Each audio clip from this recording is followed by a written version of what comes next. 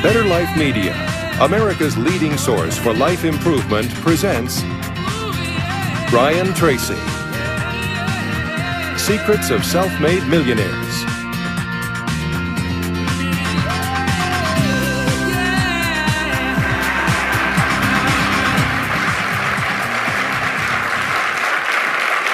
Thank you. Thank you. Thank you for being here. I have some good news for you. More people are going to make more money in the next few years than have been made in all of human history. In the year 1900, there were 5,000 millionaires in America. In the year 2000, there were 5 million millionaires. That's an increase of 1,000 times. Now, there was a leveling off in 2001, 2002. In the last 2 years, the number of millionaires has jumped 33%. It's jumped to 8.2 million millionaires in America, and virtually all of them are self-made, which means they started without a pot to you-know-what in or a window to throw it out of. And they've made it in one generation. When we look at the wealthiest people in America today, Warren Buffett, Michael Dell, of course, Bill Gates, Paul Allen, and the Walton family, all first-generation multi-billionaires. We have a $12 trillion economy today that is growing at the rate of $500 to $600 billion a year, and all that money is going through somebody's fingers, and your job is to make sure it goes through yours and some of it sticks. Is that a good goal for today? And my job is to show you how to do it. The good news is that all the answers have been found. Self-made millionaires have been studied exhaustively. They've been analyzed. They've been interviewed by the hundreds of thousands and millions. And what we know is exactly who they are and what they do and how they think and how they tick and the decisions they make and the things that they do and they don't do. And the wonderful thing is this: if you do what other successful people do, you eventually get the same result that they do. Now, some people say, well, I started off without any money and I don't have any money now. Well, join the crowd. Nobody's got any money. Most people are broke up into their 40s and 50s. So if you're broke today, you're just one of the gang. The only question is, do you stay there? And the answer is no. Now, when I started off in this many years ago, I came from very poor beginnings. I did not graduate from high school. I finished in the half of the class that makes the top half possible. When I left school, I dropped out of high school. I could only get laboring jobs. I was told, by the way, if you don't get a good education, you won't do well in life. Don't get good grades, you won't get a good job. Don't go to college, you won't do well, and so on. And I believed that for a long time until I found there's hundreds of thousands, millions of people who dropped out of high school who went on to become millionaires and billionaires as well. The reason I say that to you, by the way, is don't let it hold you back. Don't let any experience that you've ever had in your life act as a brake on your potential, because there's hundreds of thousands of people who've had it worse than you could ever dream of, who've gone on to accomplish wonderful things. So, I worked at laboring jobs for several years. I worked in construction. I worked on farms and ranches. I worked in factories putting nuts on bolts hour after hour. And one day, in a state of frustration, I began asking this question: why is it that some people are more successful than others? Now, in the Bible, there's the line that says, "Seek and ye shall find, for all who seek findeth. Ask and the door will be open." So I began asking other successful people, what are you doing differently from me? And they told me, and I did it, and I got better results. I got into sales when I could no longer get a laboring job, like many of you. And in sales, I noticed that one of the guys in my company was making 10 times as much as anybody else, and he was selling the same product out of the same office at the same price to the same people under the same conditions, and he was making 10 times as much as anybody else. So I went and asked him, what are you doing differently from me? And he told me, and I did it. Now, what I discovered, which changed my life and which brought us here today, is I discovered the law of cause and effect. The law of cause and effect, sowing and reaping, action and reaction, is the great universal or iron law of the universe. What it says is that everything happens for a reason, is that there are no causeless effects, is that even if we don't know what is causing the effect, we trace it back. It's the basis of the scientific process, of all medical research, of all marketing, of all business, is if you can define an effect that you want, you can trace it back and find somebody who at one time did not have that effect, and then find out what they did, and then do the same things, and you eventually get the same results. We say that success is not an accident. Failure is not an accident. Success leaves tracks.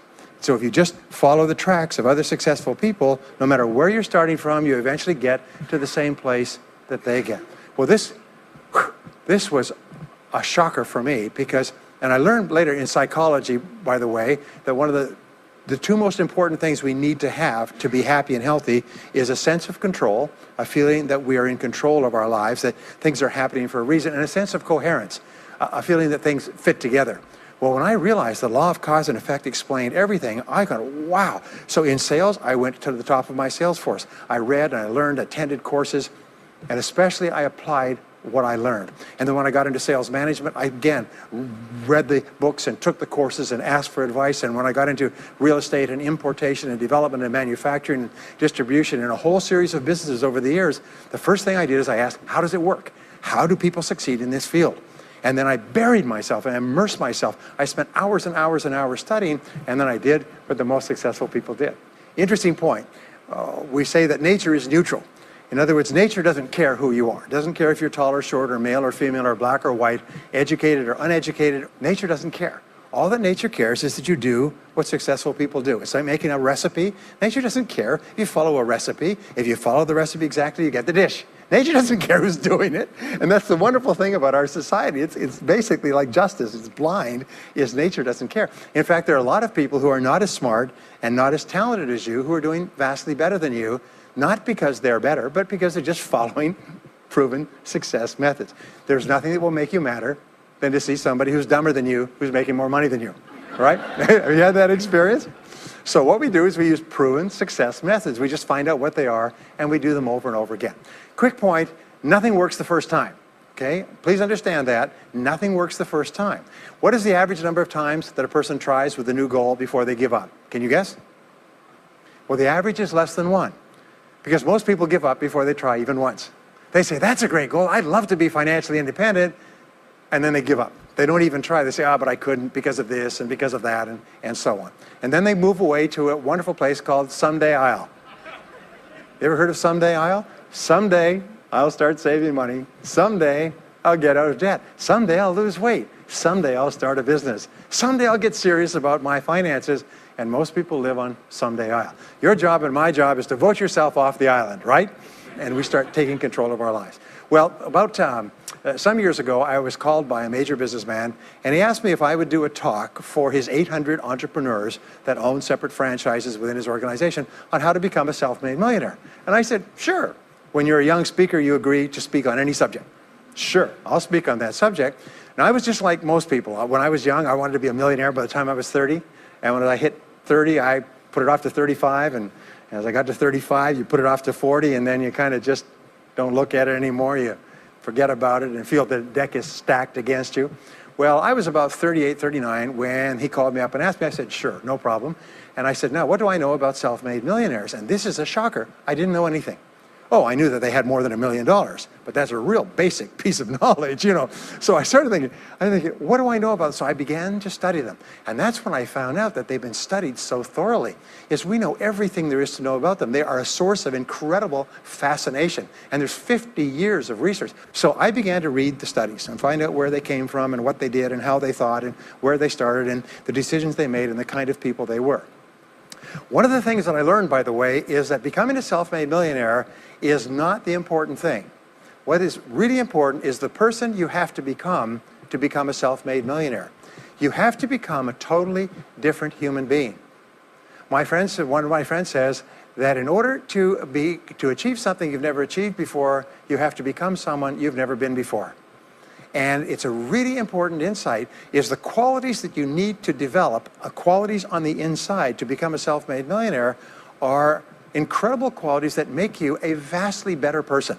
Not only better in terms of character, determination, discipline, decision-making, strength, and so on, but they make you a far better person. They round out your character in a far better way. So the real payoff of becoming wealthy is not because you can eat more, because how many more meals can you eat?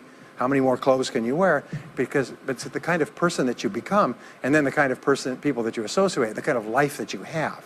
And so the things that we're going to talk about now, and I know that you're some of the smartest people in our country, so I'm going to give you these ideas very quickly, like dealing cards. What I found in my research is that there's a series of qualities that self-made millionaires have. If you have these qualities, your success is virtually guaranteed. And if you don't have these qualities, the qualities are learnable. Point number one is that all business or sales skills are learnable. All financial skills are learnable. If you can drive a car, you can learn any skill. If you can drive a car, you can learn the skill. Now, number two is you're probably only one skill away from doubling your income right now. you're probably only one skill away from setting yourself on the road to becoming a self-made millionaire. That turns out to be the case for almost everyone. And if you don't know what that skill is, maybe over the course of the time we spend together, it'll jump out at you. But whatever it is, you've got to find it out and go to work on it, because it is learnable. It's a learnable skill. People say, well, I've never been very good with money. Well, get over it. The fact of the matter is, you can learn what you need to learn to achieve anything that you want to achieve. So, the success secrets of self-made millionaires. Give yourself a score of 1 to 10, and if you are weak on one of these, it can be enough to hold you back.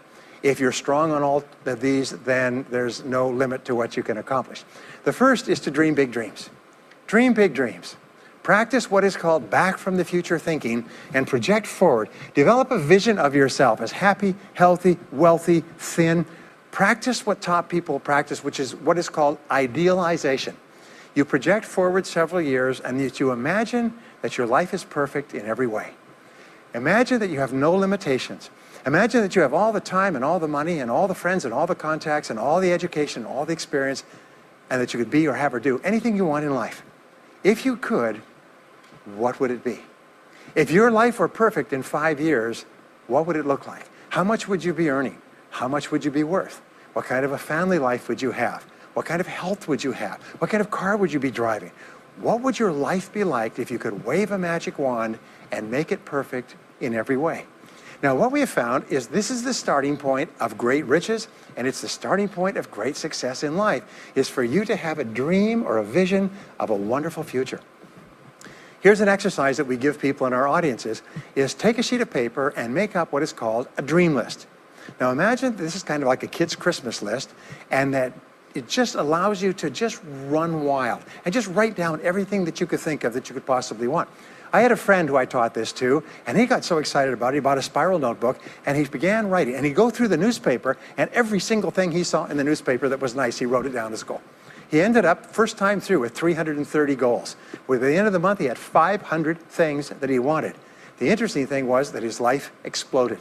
He activated the law of attraction, and he began to attract into his life people, circumstances, ideas, resources, insights that began to move him toward the accomplishment of the goals and began to move the goals toward him.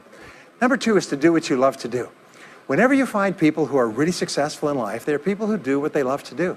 They love their work. The great rule for success in life is to find something that you love to do and then find a way to make a living doing it. Now, when you find what you love to do, it'll be something that gives you energy, it motivates you, it enthuses you. It's probably something that you were meant to do from the time you were born. And when you ask self-made millionaires, what sort of work do you do? They'll often say, I've never worked a day in my life. I just do what I like to do. I had a graduate in my course once who came up to me and said, you know, that's interesting. He said, when I was a little boy, I loved to study airplanes. He said, I got airplane books, and I had airplane models, and I had toy planes, and then I got into competitions with remote-controlled planes. He said, when I grew up and went to school, I studied aeronautical engineering. He said, today, he said, I'm 35. He said, I own 3 companies. One builds small aircraft. Another one repairs and services small aircraft. Another one is in leasing and chartering small aircraft. He said, I've never worked a day in my life. He said, I've just played with planes since the time I was a kid. So one of the things that you can do is go back to the time when you were young, as a child between the ages of 7 and 14, before you discovered boys or girls, and what is it that you really love to do? And you'll often find that within that is something you're supposed to do as an adult. Number 3 is commit to excellence. Now, this is really, really important, and I had a hard time with this as a young man because I was never good at anything.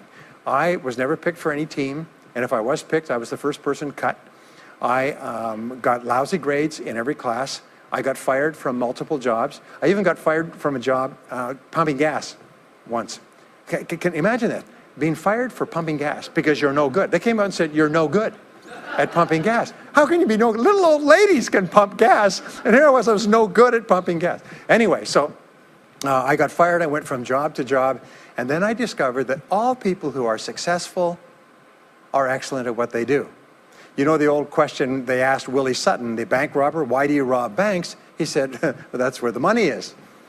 Well, being in the top 10% is where the money is. So what you have to do is you have to pay any price and make any sacrifice to get into the top 10% in your field. Now here's the good news. If you're doing what you love to do, you will want to be in the top 10% in your field. If you don't want to be excellent at what you're doing, it means you're in the wrong field. It just means that you're marking time, you're treading water. And there's a lot of people who are in their field and they do their job and they go home at night and don't think about their work and so on. And this kind of an attitude means that you have no future.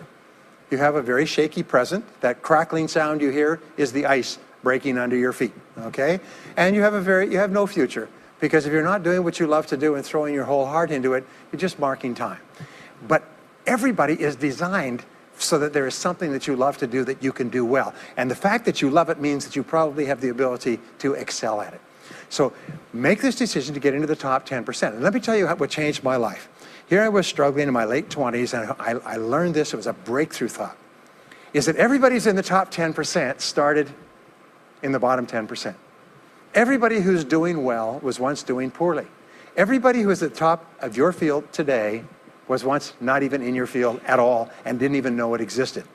What that means is that if you're willing to pay the price and work hard and make the sacrifices, you can get into the top 10%.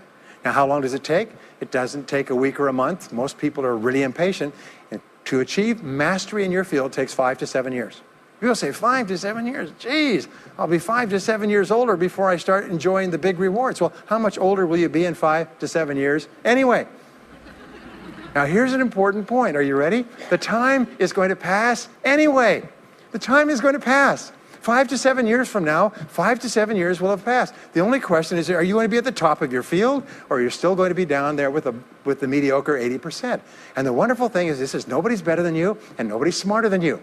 If anybody else is at the top of their field, it means that you can be at the top of your field. Just go to them and find out how they got there, because they started at the bottom. Now, it may take longer for some people and less for others, but everybody who puts one foot in front of the other and keeps moving eventually gets there. And that's where all the rewards are. And not only that, that's where all the joy in life is. When you're really good at what you do, you feel wonderful about yourself. You're respected and esteemed by everybody around you. You can write your own ticket. You can open any door when you're good at what you do, because you get up in the morning and you know you're good. And that is more important than the rewards that go with it. The next key is to develop your unique talents and abilities. Every single person is designed from infancy with special talents and abilities that, if you develop them to their height, can enable you to accomplish anything you want in life. Everyone is genetically structured to be able to do something superbly, to do something they enjoy, to do it well, and to get great satisfaction from it. Peter Drucker often asks the question, what are you good at?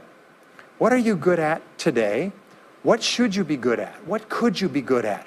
What will you be good at? And so one of the questions that we ask is, looking back in your life, what has been most responsible for your success up to now? What has been most responsible in the past? What is it that you have done that has gotten you the best results? Because as we said before, success leaves tracks. And if you look back into your past, you'll often find indicators that guide you to your future. Do you remember that fellow that won $300 million in the lottery? He was a high school physics teacher. And they asked him what he's going to do with it. He said he's going to take a week off and then get back to work, because he doesn't want to give up his job teaching high school physics, because he loves his work so much. That is a person who's in the right place for him. And now he can just drive to it in a nicer car. Anyway, now the next key to becoming a self-made millionaire is to see yourself as self-employed. What we found is the top 3% of adults in our society see themselves as self-employed. They see themselves as in charge of their own lives. When I started off my career as a young man, I was 21 years old, working as a construction laborer, living in a one-bedroom apartment, broke, taking buses 2 hours every morning to get to work and buses 2 hours to get back. I still remember that, and I still remember a light going off one evening. I was sitting there in my little apartment, in my little kitchen alcove, and I suddenly realized that I was responsible, that I was in charge of my own life, that no one was coming to the rescue. And it was one of the great turning points in my life.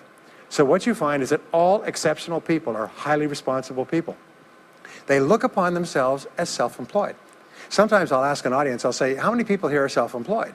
And some people will raise their hand and some won't. I'll say, now what's the true answer to this question?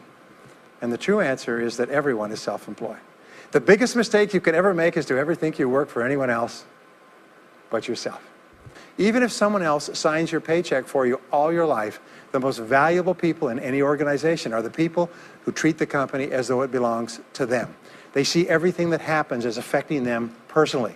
They're not the 9-to-5ers, the no-hopers that say, yeah, well, I go to work. When I'm not at work, I don't think about my work. These people, somebody has told them that's a clever way to think. It's the way losers think. Winners think about their company, and when they're not there, they think about how they can do it better. When something happens in their company, they take it personally because they see themselves as highly responsible. As a result, they're paid more, they're given more educational opportunities, they're promoted faster, and these are the people that eventually, like cream, rise to the top of every organization and every industry, the top 3%. The next key to becoming a self-made millionaire is to develop a clear sense of direction. Developing a clear sense of direction means that you need to become intensely goal-oriented.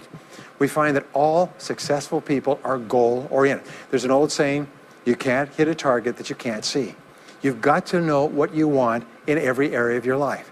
Some years ago, I worked with the Hunt Oil Company in Texas. The Hunt Oil Company was founded by H.L. Hunt, who became the wealthiest self-made multi-billionaire in the world. At his peak, he owned 200 companies and had a royalty income of $3 million a day. Most phenomenal man, by the way. And he was interviewed by a friend of mine on television before he died in the early 70s. And he was asked, what are the secrets to success? He said, the keys to success have only been two through all my life, and I will tell you what they are. He said, number one, he said, decide exactly what it is you want and write it down and make a plan to achieve it. And number two is determine the price you're going to have to pay to get it and then resolve to pay that price. Now, where the law of sowing and reaping cause and effect, I learned an additional point to that. I learned that your current life today is the result of the price you've sown up to now. Is whatever you've put in, you get out. So whatever you're getting out today is a result of what you've put in. If you don't like what you're getting out, what you have to do is you have to put in something different. What I found is this, is that life is always just in the long run. So therefore, life says this, is there's a price you have to pay, and there's two qualities. First of all, you have to pay the price in full for your success of study, preparation, hard work, and so on. And second of all, you have to pay the price in advance. You don't get it afterwards. The way the world works is first you put in what you need to put in, and then you get out the rewards. So you have to ask yourself, what is the price that you have to pay to achieve the success that you desire? And you have to write it down and make a plan and work on it every day. Now let me give you a quick exercise, which is my only take-home or homework exercise for our time together. I want you to take a piece of paper like this and write down 10 goals that you'd like to accomplish in the next 12 months. Write the word goals and today's date at the top of the page. Write down 10 goals you'd like to accomplish, and then ask yourself this great question. If you could only accomplish one goal on this list, but you could accomplish it within 24 hours, which one goal would have the greatest positive impact on your life? Now this is a great question because it'll usually jump out at you. You say, that's the one. If I had this, that would have more of an impact on my life than anything else. Sometimes it's a financial goal, sometimes it's a health goal, sometimes it's a relationship goal. But whatever it is, put a circle around that goal and then turn the page over and write it at the top of the page. Set a deadline on the goal, make a list of everything that you could think of to do to achieve the goal, and then begin working on your list. And here's the kicker, do something every day. Do something every day that moves you one step forward towards your major goal. My promise to you that this exercise, selecting your most important goal, making a plan, and working on it every day, will change your life in ways that you cannot imagine. They say that people begin to become great when they determine their major definite purpose, their number one goal, and work on it every day. It is the secret to becoming a self-made millionaire. It's the secret to great success in life. My promise to you is a week, a month, a year from now, you'll look back and you'll be absolutely staggered at the difference it makes. I was giving a seminar not long ago, and a gentleman came up to me. He said, you know that goal-setting exercise? It changed my life 10 years ago. He said, I was broke, I was divorced. He says, I was an alcoholic, and somebody dragged me to one of your seminars. He said, and I did that exercise and I picked my major goal. He said, it changed my life. I said, in what way? He said, today, he said, I'm worth $40 million. I said, wow. He said, yes, and I owe it to that lesson. Next is refuse to consider the possibility of failure. It's the most amazing darn thing is that the fear of failure is the greatest single obstacle to success in adult life. And it's not failure itself, because each one of you is a professional failure. Each one of you has failed over and over and over again. Isn't that true? All of us fail. All human beings fail over and over. 9 out of 10 things that we try don't work out the way we expected. We have failures in relationships and in jobs and in careers and investments and everything. It's not the failure that holds you back. The failure makes you smarter. We say that it is the fear of failure, not failure, that holds you back. And the way that you overcome failure is you never consider the possibility of failure. The rule is this, is there's no such thing as failure, there's only feedback. Is when you try something that doesn't work, you get feedback, not failure. And recognize that most things you try aren't going to work the first few times. So what you do is you say, oh, that's an interesting bit of feedback. And you pick yourself up and you move forward and you have more feedback and you move forward. To become a self-made millionaire, you're going to fail over and over again, year after year after year. But your brain has a cybernetic mechanism, which means that times you try something, you get feedback, which makes you smarter. And when you try something else, you get feedback, which makes you smarter. And eventually, you reach the point where you're too smart and you stop making mistakes. You start to do more and more things right and fewer things wrong. But you can't get there unless you have experienced the failures. Henry Ford once said that failure is merely an opportunity to more intelligently begin again. Now, let me pass on one great rule to you, which has been discovered in interviewing self-made millionaires. Self-made millionaires look into every failure for something good. They say there's got to be something good in this that I can benefit from, and surprise, surprise, they always find it. Second is, self-made millionaires always seek the valuable lesson in every setback or obstacle or temporary failure, and they always find the lesson. Now, what do failures do? Failures whine and cry and think about what they've lost and blame their problems on someone else. Successful people say, what can I learn from this that will make me smarter next time? And my promise to you, those who seek find, is that if you go looking for a valuable lesson in the biggest problem that you're facing today, you'll always find the lesson. Here's another possibility. Your biggest problem today could be the biggest gift that you have ever received, because it may contain within it the lesson that will make you successful. If you stop thinking about what happened and who's to blame, and you start looking for the gift within your problem, sometimes it can transform your life. The next key is to dedicate yourself to lifelong learning. Now, what takes you from rags to riches is personal development, personal and professional development. In the 21st century, as Peter Drucker says, knowledge and skill are the keys to the 21st century. And the only thing that will be relevant, the only skill that will be relevant in the 21st century is the ability to learn new skills, because virtually everything you know is becoming obsolete at a rapid rate. Stephen Covey says that your current knowledge base has a half-life of 2 years, which means that half of everything you know will be irrelevant within 2 years. And 2 years from now, half more. So if you're not continually learning and upgrading your knowledge and skills, you're not staying in the same place. As Pat Riley says, the basketball coach says, if you're not getting better, you're getting worse. If you're not constantly learning, you're actually falling behind. So here are the 3 keys to continuous learning. Number 1 is read in your field 30 to 60 minutes each day. In other words, turn off the television, turn off the radio, put aside the newspaper, and just read in your field.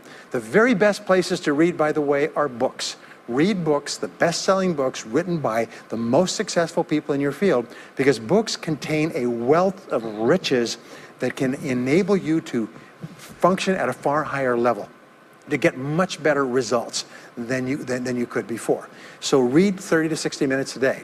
I've had people tell me, countless people over the years, that reading an hour a day has doubled and tripled their income within a year. The second thing you do is take every course that you possibly can. The courses and seminars that are available to you in your field that are given by professionals are courses that have been developed over years and years and years. They have been tested and tested and tested. The person who is talking to you for several hours has spent thousands of hours learning their subject. They have dry tested this or done test runs with thousands of other people. When you take a course, you can learn enough information in 1 or 2 days, more than you could learn in 2 or 3 years or maybe even a lifetime, all distilled and put together. People say, I can't afford a course. You cannot afford not to buy books. You can't afford not to go to courses. Some years ago, I had a dentist, and he was a very successful dentist. I was recommended to me by a friend. And this dentist retired at the age of 53. And just before he retired, he sold his practice for about $2 million. Just before he retired, he told me why. He said about 8 years before, he had attended a dental congress in Hong Kong. This is from California. He'd flown all the way to Hong Kong to attend this international dental congress because there were specialists giving private lectures, sort of plenary sessions on the side. And he attended this session, and it was on particular technique of cosmetic surgery that this dentist had developed that no one else knew, where you could basically straighten out a person's entire front jaw so they look beautiful at a very low cost, at a very high level of effectiveness. He came back and he began implementing this in his practice. People began flying from 500 to 1,000 miles away. Every dentist sent their families, members, and themselves to this dentist. He was able to charge whatever he wanted to charge. He said 8 years later, he retired as a self-made millionaire at the age of 53 to enjoy his money for the rest of his life from what he learned from one session at one convention at one course. Now, that is a true story, and maybe it's an exception, but you can never tell where the information is going to come from. The third way that you can upgrade your skills is listen to audio programs in your car. The average driver drives 500 to 1,000 hours a year, 25 to 50,000 miles. If you listen to audio programs in your car, according to the University of Southern California, you will get the equivalent of almost full-time university attendance just listening to learning material as you drive around. It can totally and profoundly change your life. Very, very important. Here's an interesting point. The more you commit yourself to becoming the best person you can be, the more you like yourself and respect yourself. The more energy you have, the bigger goals you set for yourself, the more you persist. When you invest in yourself and you read and learn and upgrade your skills, you're telling yourself, wow, I am a person with a great future, and it's up to me to maximize my potential. And your self-esteem goes up, your self-respect goes up, your sense of personal pride goes up, and you started to get promoted more and paid more in every part of your life. Well, the next is to develop a workaholic mentality. In our society today, you hear all these people talking about take it easy, have balance in your life, relax, lean back, have fun at work, happy, get along with your coworkers. This is loser talk. Loser, loser, loser.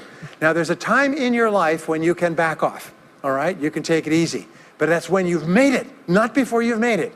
Because before you've made it, you're in a competition with hundreds of thousands of millions of other people, like at the Olympics, who also want to make it. And in order for you to win, you are going to have to work harder and work better and work smarter than they do. So the rule is to develop a workaholic mentality. What does this mean? It means that you start a little earlier, you work a little harder, and you stay a little later. Use what I call the 40-plus formula. The 40-plus formula says that working 40 hours a week gets you survival, and that's all. You work 40 hours a week, you survive. You make no progress. You don't go ahead. You just barely hang on. Every hour that you invest in your work or yourself over 40 is an investment in your future. So you can tell what your future is going to be with unerring accuracy by looking at how many hours over 40 you put in. Now, how many hours does the average self-made millionaire in America work until he passes the $1 million mark? 59. Some of them work 70, 80, 90. The average is 59 hours. How much does the average top executive work? 59 hours. So that's rule number one, is the hours you put in over 40. If people say, well, my office is locked and I can't get in more than 40 hours a week, then good. Then spend the rest of the time investing in yourself, getting better at your work when you do it. Now, here's my second principle, and this principle changes your life. It is this, is work all the time you work. When you work, work, don't play. Fully 50% of working time today is wasted. And it's wasted in idle conversation, personal business, family phone calls, surfing the internet, reading the newspaper, drinking coffee, long lunchtimes, coming in late and leaving early. And then the other 50%, you're scrambling because you're behind because you've wasted so much time fooling around. Now you start to work and you don't work on high priority tasks. You try to get rid of all the little stuff. So what happens is the big tasks begin to build up like an avalanche overhang, and they cause enormous stress. And you go home at night and you're thinking about this job, I've got to get this project finished, but I can't discipline myself to stop talking to my coworkers. Every time one of them comes in, like automatic, like a conditioned response, it's blah, blah time. Chatter, chatter, chatter, chatter, chatter, chatter, chatter, chatter. No, what you have to do is work all the time you work. If someone comes in and says, hey, you've got a minute to talk, you say, yes, but not now. Why don't we talk after work? Meanwhile, I've got to get back to work. I'll tell you what, why don't you go down the hall and ruin his career? But don't stand here and ruin mine. It's really important. There's a great story of a little girl goes to her mother and says, Mommy, why is it Daddy always brings his briefcase home and he works in the evenings and he works on the weekends and he doesn't spend any time with the family? And she says, well, honey, you have to understand, Daddy can't get all his work done at work, so he has to bring it home. She said, why don't they put him in a slower class? Next key is to get around the right people. This is a key for becoming a self-made millionaire, is get around the right people. Dr. David McClellan at Harvard did studies for 25 years looking into why it is that some people succeeded greatly in life. What he found was as much as 99% of your success in life is going to be determined by what he called your reference group. Your reference group are the people with whom you habitually associate. They're the people that you associate with at work, the people you associate with home, your church, your political party, your social circle. What he found in working with people is that changing a person's reference group totally transformed the way they think. Why? It's because we are like chameleons, and we absorb through the skin the attitudes, the opinions, the behaviors, the style of dress, the style of speech of the people with whom we associate most of the time. If you start to associate with winners most of the time, you find that they have a totally different worldview. They're positive, they're upbeat, they're focused, they're learning, they're growing, they're positive at what they're doing, and you start to become like that. We know that our relationships determine 85% of our happiness or unhappiness in life. In other words, if you have bad relationships, personal relationships, they will drag you down worse than a sea anchor. If you work for a bad boss, it'll destroy all your joy in work. If you have one negative coworker, they found that one negative person in an office can cast a blackness over the whole office because of his or her negativity. And so the most important thing you do is you choose your relationships with care and only associate with people that you like and respect and enjoy being around. Next is be prepared to climb from peak to peak. One of the keys to becoming a self-made millionaire is to realize that life is never one continuous train. It's always up and down. So it goes up. Like if you climb a mountain peak, you have to go down into the valley before you climb the next peak. So all of life is cycles and trends. All of life is cycles and trends. And there's up cycles and there's down cycles, and there's up trends and there's down trends.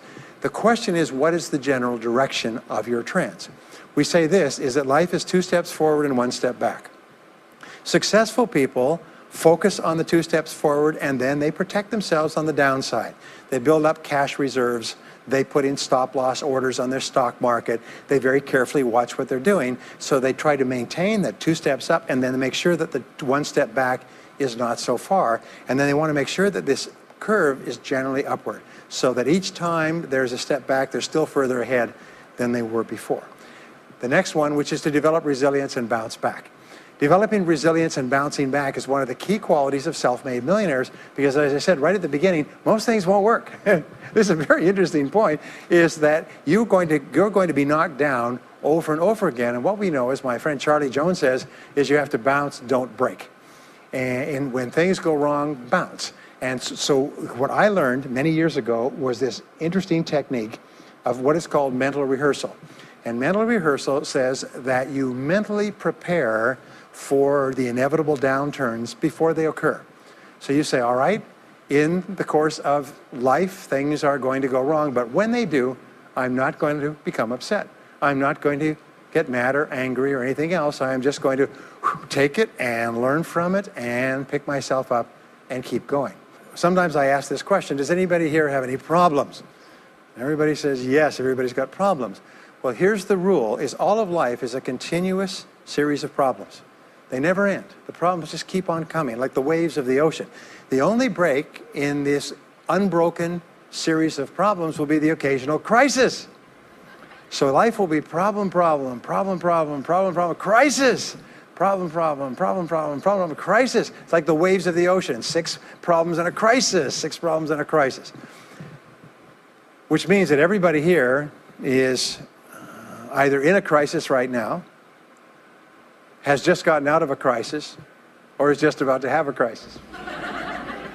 So what we have found is this: the hallmark of superior people, 30 years of research, is how you respond to a crisis. How you deal with problems and how you respond to a crisis. And what we have found is this, is superior people look for the solution to every problem. They don't allow themselves to become upset and angry. When something goes wrong, they say, okay, what's the solution? And they become intensely solution-oriented.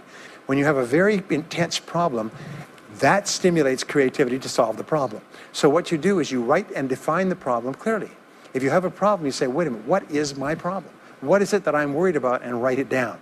And the very act of defining a problem clearly often triggers the solution to the problem.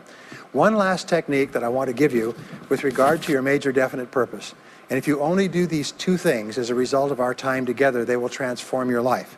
You've already identified the one goal that can have the greatest positive impact on your life.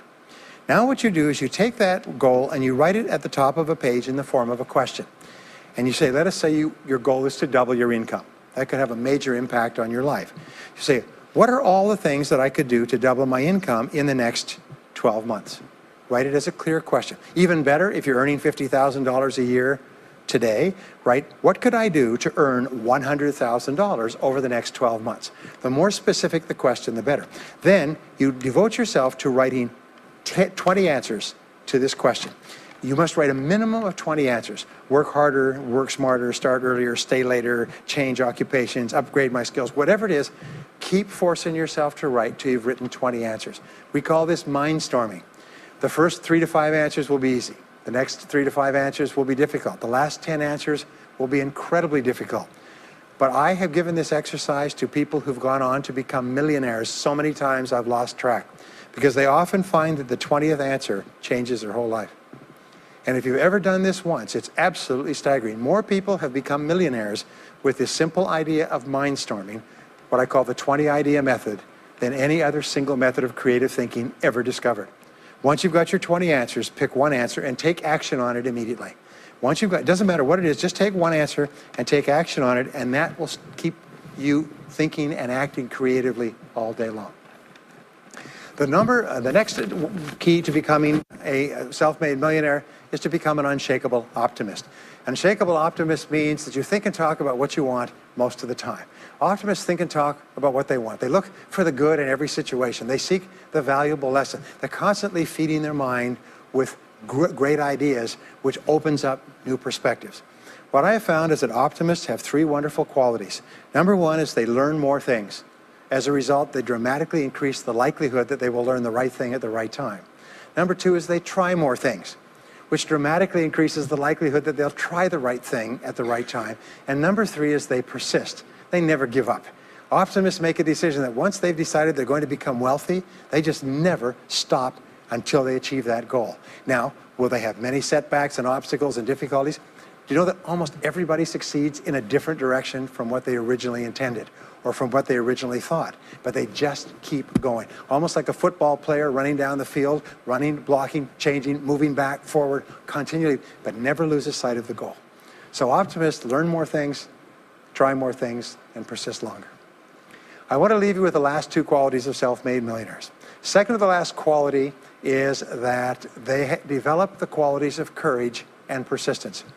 I said before, the biggest single obstacle to success is the fear of failure. The antidote to the fear of failure is the habit of courage. And what we know is that you need 2 types of courage to succeed. The first type of courage is the courage to begin. It's the courage to launch with no guarantees of success. Someone once said that if all obstacles must first be removed, nothing will ever get done. So successful people are willing to think, plan, make decisions, and then take action with no guarantees. We say leap and the net will appear. Take action with no guarantees and then learn. The second part of courage is the courage to endure. It's the courage to persist. It's the courage to keep on keeping on. It's to make the decision in advance that you will never give up. No matter what happens, you will never give up. You will get knocked down over and over again, but you'll never give up. And the interesting thing is if you make that decision in advance, you'll find yourself continually bouncing back. So courage means the courage to begin and the courage to endure. And the final quality of self-made millionaires, and Napoleon Hill called this the master key to riches. After studying 500 of the richest people in American history, he said it's the quality of self-discipline.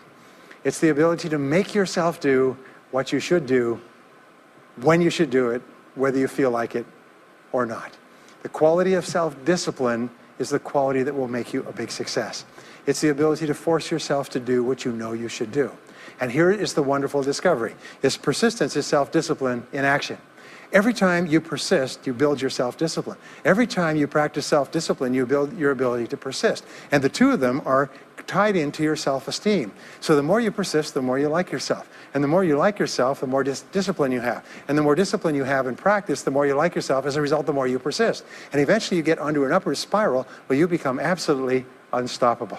You reach the point where you know you can achieve the goal and nothing in the world can stop you. And every step that you take forward makes you stronger and stronger and stronger until finally people say, I know one thing about him, I know one thing about her. You cannot stop him or her. Once they decided they want something, they will not stop until they get it. And when you develop that quality, there will be nothing that is impossible to you. So let me just leave you with these last points. We're living at the very best time in all of human history. More people are going to make more money in the next few years than have ever been made in all of human history. More people are going to become millionaires and are becoming millionaires today at a faster rate than we've ever thought possible. And no one is better than you, and no one is smarter than you. And if you do what other self-made millionaires do, then nothing in the world can stop you from eventually getting the same results as other self-made millionaires. And I hope you do. Thank you very much.